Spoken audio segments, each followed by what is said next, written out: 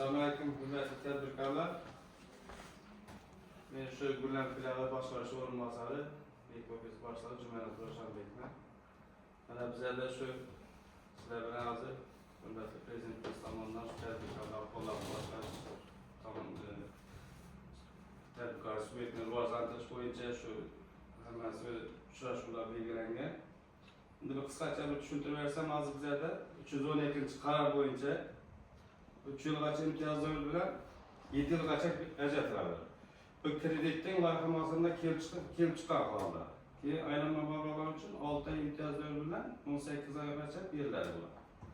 Keyin mana bu mahallalarimizda mahalla banklarimiz bor. Mana 18 mahalla belgilangan bizlarda. Shu 18 mahallaning ichida shu yerda hozir bizlarda mahalla loyihasi deb endi ko'pchilik eshitgansizlardir. Shu aholiga, ishsiz fuqarolarga, o'zini o'zi band qilgan shaxslarga shu kafillik bilan 50 million so'mgacha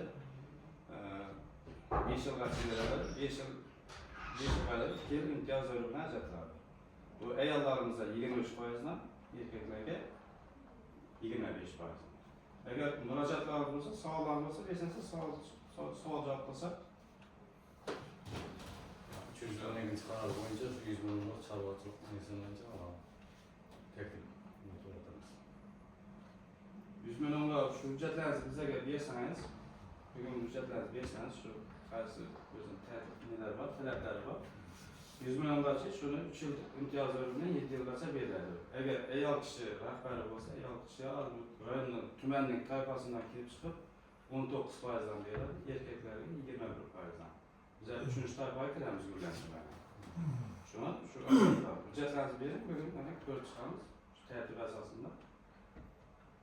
Keyin bu hozir bizlarda yana bir ro'yxatimiz bor. Mana shu potensialli hozir bizlarda shu potensialli oilaviy tadbirkorlik olib o'z vaqtida to'lagan bo'lsa, shuni tadbirkorlik qilaman desa, bizga ro'yxat degan mahalla vakillarimiz ham o'z mahallasida hamma uchrashib tanishib o'tdi. Shu oilaviy tadbirkorlikdan vaqtida ilib to'lanib o'z tartiblangan bo'lsa, shu ro'yxatimizda tadbirkorlik qilaman desa, shu hisob raqam ochib yakka tadbirkor bilan chorvachilik, investitsiyachilik, boshqa yo'nalishlarimiz va hamma yo'nalishlarimiz ham bor. Shu bo'yicha hisob raqam ochgandan keyin shularga ham kredit ajratamiz. Iborat shu hujjatlarni taqdim qilsa, shu bo'yicha agar bersangiz shu kreditlarni ko'p chiqib beramiz. Boshqa savollar yo'qmi? Şu hozirgi aytgan oxirgi kreditga tadbirkor oldin kredit olmagan bo'lsa ham bersa bo'ladimi? Ha, oilaviy tadbirkorlikdan olib, ya'ni 30 millionlik, 33 millionlik bor. Shu bo'yicha olib ilgan bo'lsa, o'z vaqtida to'langan bo'lsa, undan keyin shuni tadbirkorlik asosida shu hujjatlarni taqdim etsa, shunaqa qilib beradi. Olmagan odamlarga berilgan. Bu oilaviy olib. Tadbirkorlik kengaytiraman deganda. Shu bo'yicha bo'ladi. 100 milyon olish uchun 33 milyon ajratib olganmiz. Bu ro'yxatda shu olib bilgan bo'lsa, oilaviydan tadbirkorlik kengaytirish xususida.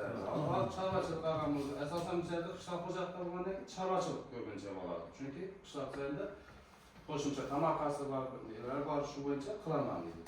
Shu olib bilib, o'z vaqtida bilgan bo'lsa, shu bo'yicha hisob raqam yakka tadbirkorlik, yana shu yerda shu ishchi o'rni yarataman, yo oilaviy tadbirkorlik ochaman, ishchi ochaman desa, shu mana sizlarda mahallani hozir asarchilik qilyapti. Shu yana kengaytiraman deb turibdi-da, hozir yana kengaytiraman. Shunday takliflar bo'lsa, shularni beramiz mana. Kengaytirib. Ishchi o'rni yarataman deb. 18 yoshdan 30 yoshgacha degan sizlar bo'lgan yo'qmi?